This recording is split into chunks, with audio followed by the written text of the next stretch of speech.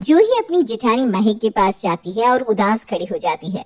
जूही को उदास देखकर महक पूछती है, क्या हुआ जूही, तुम कुछ उदास सी लग रही हो, सब ठीक तो है ना? नहीं, कुछ नहीं हुआ, बस ऐसे ही परेशान हूँ मैं। अरे वही तो पूछ रही हूँ कि तुम्हारी परेशानी का कारण क्या है। अंकित ने कुछ कहा है क्या तुम्हें? अगर कुछ भी कहा है तो मुझे बता दो, मैं बात करूंगी अंकित से। नहीं दीदी, ऐसा कुछ नहीं है, लेकिन मैं बस इसलिए परेशान हूँ क्योंकि अंकित जी की तनख्वाह इतनी आती ही नहीं है कि मैं अपने लिए कुछ अच्छे कपड़े ले लूँ। मुझे अंकित जी से कोई परेशानी नहीं है, बस ऐसे ही परेशान हूँ कि क्या होगा आगे चलकर। तुम कहीं जा रही हो क्या जूही? तुम्हें पैसे चाहिए? वो मेरी दोस्त की शादी है, बहुत अच्छी दोस्त है। अब उसकी शादी के लिए मेरे पास एक अच्छी सी साड़ी तक नहीं है, इसलिए मैं सोच रही हूँ कि शादी में जाऊँ ही नहीं। अरे ये क्या बात हुई भला, तुम्हारी दोस्त की शादी है और तुम अपनी ही दोस्त की शादी में नहीं जाओगी? उसे कितना बुरा लगेगा, उसके बारे में तो सोचो। दीदी मुझे पता है मेरे दोस्त को बुरा लगेगा, लेकिन मैं ऐसे ही सूती साड़ी में चली जाऊंगी तो मुझे भी तो बुरा लगेगा ना। वहाँ हमारे कॉलेज के भी काफी दोस्त आएंगे, सबके आगे मैं बस ऐसे ही जाऊं? ऊपर से मेरी तो वो सबसे अच्छी दोस्त भी है। अरे तो क्या हुआ, एक काम करो, तुम मेरी साड़ी ले लो, मेरे पास बहुत अच्छी साड़ी है, तुम वो पहनकर अपनी दोस्त की शादी में आराम से जा सकती हो। नहीं नहीं दीदी, मैं आपकी साड़ी का क्या करूंगी?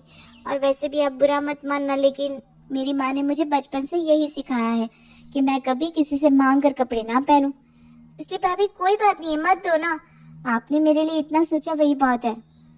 अरे ये तो बहुत ही अच्छी आदत लगवाई है तुम्हारी माँ ने, लेकिन मुझे तो यही लगता है कि तुम्हें अपने दोस्त की शादी में जाना चाहिए और मुझसे ना तुम्हारी ये उदासी देखी नहीं जा रही है। मुझे पता है दीदी, आपको मेरी बहुत चिंता लगी रहती है, लेकिन अब जो चीज हमारे हाथ में है ही नहीं, उसका हम कर भी क्या सकते हैं? मैं अंकित से पैसों को लेकर दबाव तो नहीं बना सकती ना, जो है उसमें ही खुश रहना सीखना होगा मुझे। वैसे तुमने कोई साड़ी देखी है क्या?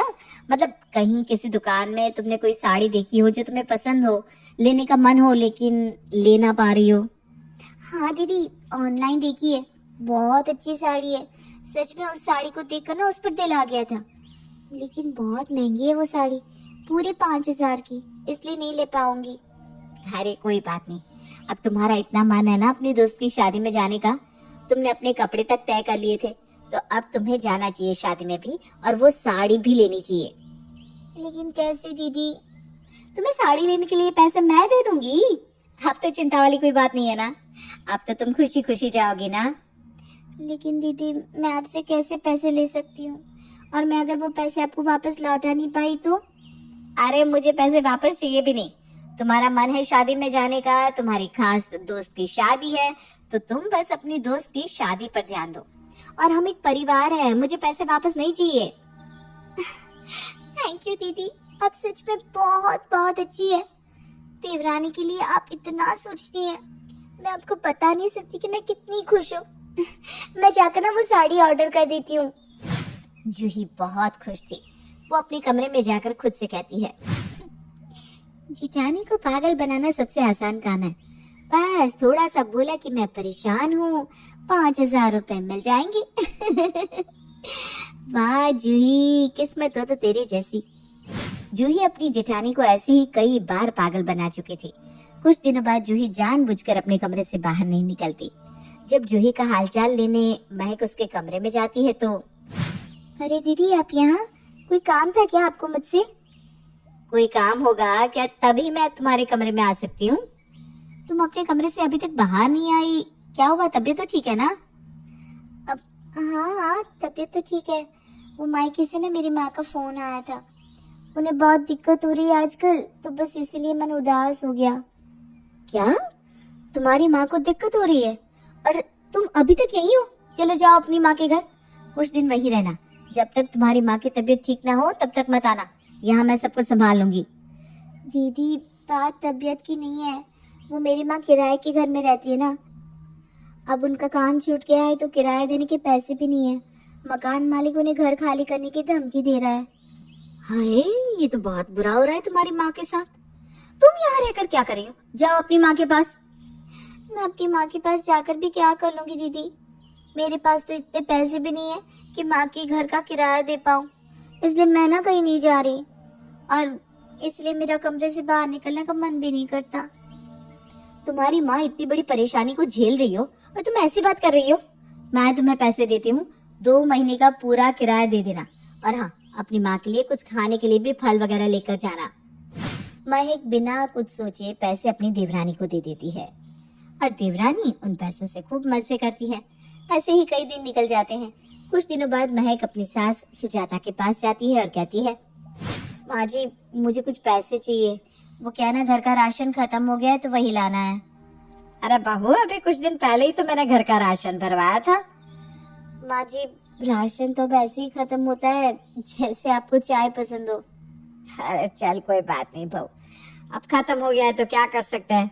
मैं तुझे पैसे दे देती हूँ, सारी जरूरतों का सामान ले आना। माँ जी थोड़े ना पैसे ज्यादा देना, वो क्या है ना, मुझे देवरानी के लिए भी कुछ लेना है। बड़े दिन हो गए मैंने उसके लिए कुछ भी नहीं लिया। वाह बहू, कितनी समझदार है तू।